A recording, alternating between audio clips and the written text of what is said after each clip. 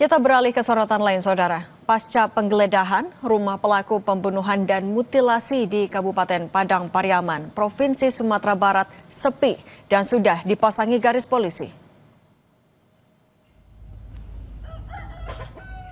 Pasca penggeledahan, kini rumah Satria Juhanda alias Wanda di Padang Pariaman, Sumatera Barat sepi, tertutup rapat. Tim Polres Padang Pariaman juga sudah memasang garis polisi di seluruh area rumah. Polisi saat ini masih menunggu hasil otopsi untuk memastikan identitas dua kerangka yang ditemukan dalam sumur rumah pelaku mutilasi. Kalau dari sumur tempat pelaku tinggal ada dua kerangka manusia, namun nantinya lebih pastinya akan kita tunggu hasil otopsi. Untuk tengkorak kepala ada berapa Pak di sini? Tengkorak kepala ada dua rahangnya. Untuk kemungkinan tersebut pasti ada, namun dari penyelidikan kami belum tergambar. Namun tetap yang kemungkinan akan kita dalami terus. Minggir.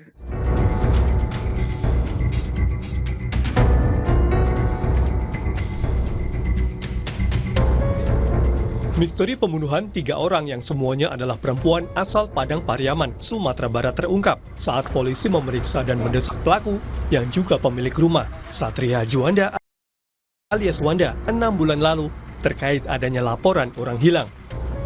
Meskipun pemeriksaan sebelumnya sempat mengelak bahwa korban adalah pacarnya dan tidak ada kaitannya dengan laporan orang hilang. Namun tersangka mengakui dan ada kerangka korban lain yang disimpan di rumahnya. Kami mendesak apakah ada keterlibatan dengan kasus yang sebelumnya, karena tersangka ini juga pernah kami periksa pada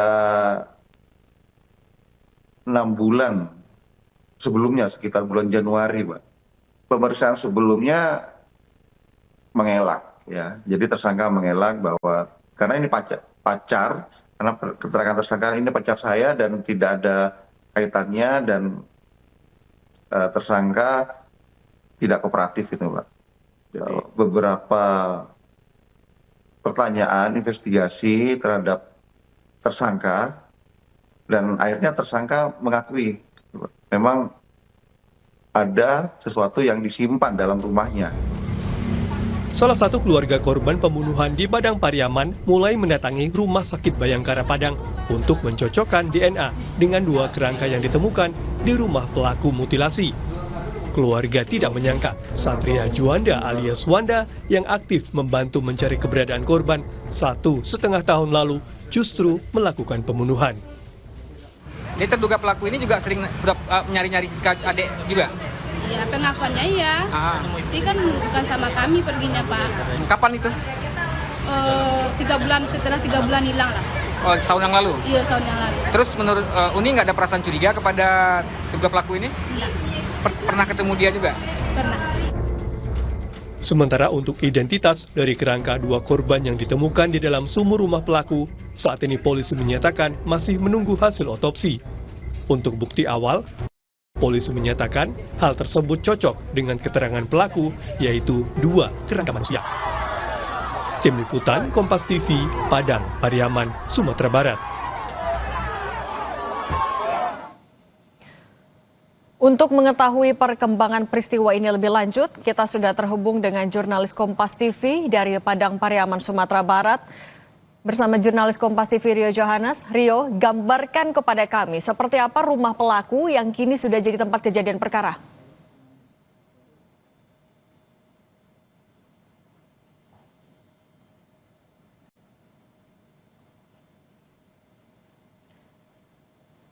Di Kenagarian Padang Pariaman. Dan inilah rumah dari terduga pelaku, tempat di mana pelaku ditangkap oleh polisi pada waktu Kamis dini hari, dan di sini ditangkap pelaku tempat perlawanan.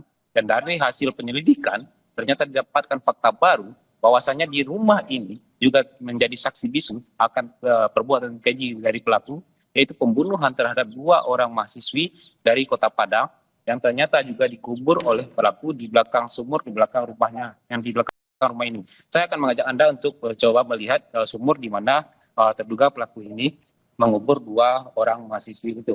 Jadi sebenarnya untuk jarak kita melewati pinggir rumah itu di sebelah kiri. Ini adalah ladang.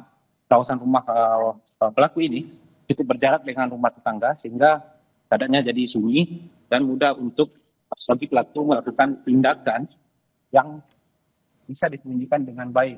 Nah, inilah rumah dari terduga sumur. Di balik dinding seng ini adalah sumur tua, tempat di mana pelaku mengubur 2 orang korban mahasiswi yang diduga merupakan Cika dan adik.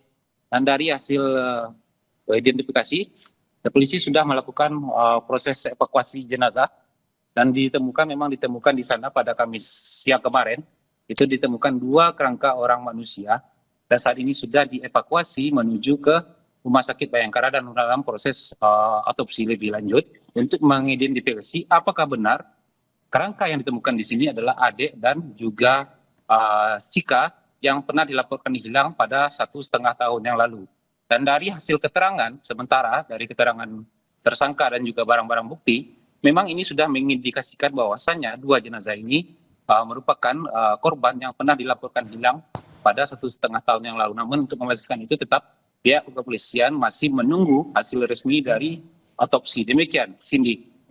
Rio, kapan hasil otopsi itu akan bisa dirilis untuk mengetahui identitas dari 2 jenazah yang ditemukan di sumur? Ya, untuk hasil otopsi sendiri memang sejauh ini prosesnya di Rumah Sakit Bayangkara Padang itu masih pengambilan DNA. Di sana akan dilakukan kegiatan forensik postmortem.